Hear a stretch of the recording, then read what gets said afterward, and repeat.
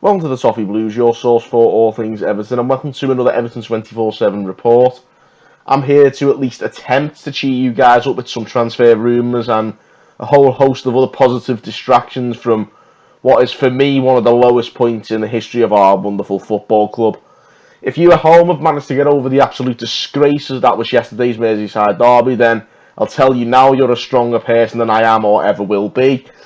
Honestly, guys, it's going to take a hell of a lot to lift me for quite some time, but hopefully the low point of yesterday means the only way is up from here. And what better way to start tonight's show than with a rumoured exit for one of the real walking disasters of yesterday. In fact, scratch that, probably the walking disaster of the entire season. And I say walking disaster because it's not like he ever makes a run, is it? And that footballer, if you can call him, that is Gylfi Sigurdsson.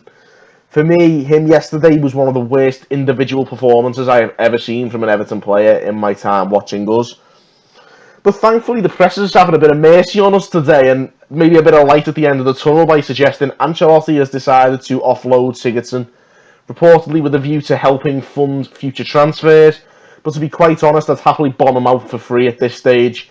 The man is an absolute liability, and if anybody actually offers us real money for him, we should really snap their hand off. At least the real positive coming out of this is that Carlo clearly is not prepared to rest on his laurels when it comes to getting shut of the wasters that are poisoning our dressing room. And a cut price sale of Sigurdsson, even if it does mean a substantial financial loss, will send out a perfect statement. I think that the dross we witnessed yesterday will no longer be tolerated at Everton Football Club. And staying on the note of getting rid of the wasters, could we finally see a path towards the exit door for Toffee? Well, over the weekend it was suggested on Saturday by Paul Joyce that Crystal Palace are still keen to take Toffee on loan to the end of the season. Again, while it's only a loan deal, I reckon it's a good opportunity to get another player out of the squad who is stealing a living here and ensure that maybe the right example is being set from the hierarchy, that we won't suffer no fools anymore. And if Tosin has the audacity to say that he wants to stay and fight for his place, we should pose him the simplest of responses. Why haven't you fought harder for your place over the last 6 months? He's been given a few opportunities during that 6 months. Granted, not a lot of game time, but when he's been given a chance, he hasn't put enough of a shift in. So why didn't you do that? The Arsenal game, when he was subbed as a sub, he threw a strop when he was took off, and many players in that position may well do, but I thought it was fully justified. In the same way, I think the club bombing him out at this stage is very well justified again, after 2 years of what can only be described as a shocking return on our 25 million circa investment. As for incomings, we desperately need a new midfielder, if that game was ever more of an indication of that than anything. And today, The Athletic have hinted that we could go in looking to signing promising Benfica midfielder Gedson Fernandes on an initial 18-month loan with an option to buy for around 34 million at the end of it. On the face of it, it looks like a good deal for a decent young prospect and no risk of losing out financially if it doesn't work out. We don't have to sign him for the 34 million in the summer of 2021. Of course, this guy has already been linked, though, with moves to Manchester United and West Ham so far this window. So if this is true, it's pretty sure you've got to get our skates on anyway.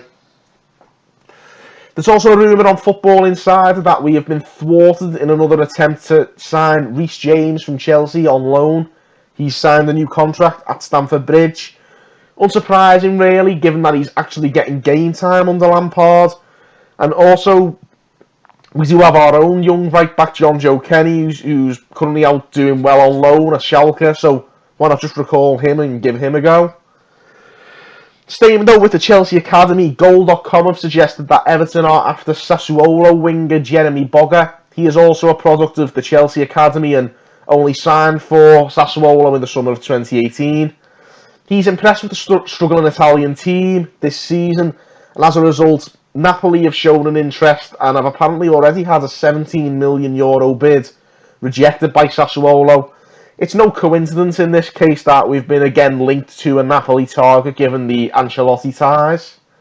And I'd be very surprised if any more came of this one. Again, I think it's just putting 2 and 2 together and getting 5. Some more changes finally in the loan market for Everton, and The Echo have confirmed that Everton will recall goalkeeper Joao Virginia from his loan at Reading. Virginia hasn't featured for Reading since he was dropped at the end of September, and it's another really, if you ask me, a damning indictment of our development system right now, as yet again a player has clearly been sent out on loan to a club that wasn't the right fit for him. And that article says that Everton don't plan to loan him out again, which on the one side may suggest that they're ready to get rid of him completely, but alternatively, they could be set to give him a chance as our new number 2 behind Jordan Pickford on the subs bench, particularly given that Ancelotti clearly doesn't fancy Jonas Lissel if his subs benches so far are anything to go by. The other loan news today is that Callum Connolly has gone on another loan, this time to Fleetwood Town on loan for the rest of the season. That news was confirmed this afternoon by the club. So again, best of luck to Callum Connolly for the rest of the season, and hopefully he finally finds a place where he can settle, because he is a good lad and he does deserve a bit more stability, I think, in his career, and maybe Fleetwood could be the place for him. And that is that for your Monday evening. Hopefully a couple of glimmers of positivity in there in the midst of these dark times. But either way, be sure to let us know what you think. Give us your opinions on all the big talking points, as always, and drop a comment below. Also, give us a like and subscribe to the channel as well to keep yourselves posted on hopefully some big changes ahead for Everton. I'll be back anyway tomorrow, and until then, thank you guys for watching on the Toffee Blues.